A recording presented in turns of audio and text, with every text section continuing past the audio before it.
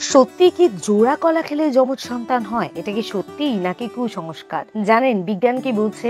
জোড়া কলায় কি কোনো এনজাইম বা যৌগ রয়েছে? এই কুসংস্কারের পেছনে কি সত্যিই কোনো বৈজ্ঞানিক সত্যতা রয়েছে? জানুন। এখনো পর্যন্ত অনেক জায়গাতেই জোড়া কলা খাওয়াটা মহিলারা এড়িয়ে চলেন। পরম্পরাগতভাবে বলা হয় জোড়া কলা খেলে যমজ সন্তান হয়। আবার এমন কাহিনীও রয়েছে কোনো সন্তানহীনা নারীকে কোনো সন্ন্যাসী বা ফকির জোড়া কলা খেতে দিচ্ছেন, সেই ফল খেয়ে তারা গর্ভবতী হচ্ছেন। কিন্তু প্রশ্ন জাগতেই পারে এই কুসংস্কারের পেছনে কোনো বৈজ্ঞানিক সত্য আদৌ আছে কিনা। আসুন জেনে নেওয়া যাক মহিলার গর্ভে যমজ সন্তান কখন হয়, কেনই বা হয় যমজ সন্তান। যমজ সন্তান জন্মের পেছনে যে বৈজ্ঞানিক সত্য কাজ করছে সেটা হচ্ছে যে নারীর একই ঋতুচক্রে একই সঙ্গে দুটি ডিম্বাণু নির্গত হয়। যদি এই দুটি ডিম্বাণু আলাদা আলাদা দুটি শুক্রাণু দ্বারা নিষিক্ত হয় তাহলে যমজ সন্তানের জন্ম হতে পারে। এই নিষেকের ফলে যে শিশুদের জন্ম হয় তাদের মোনোজাইগটিক টুইন বলা হয়।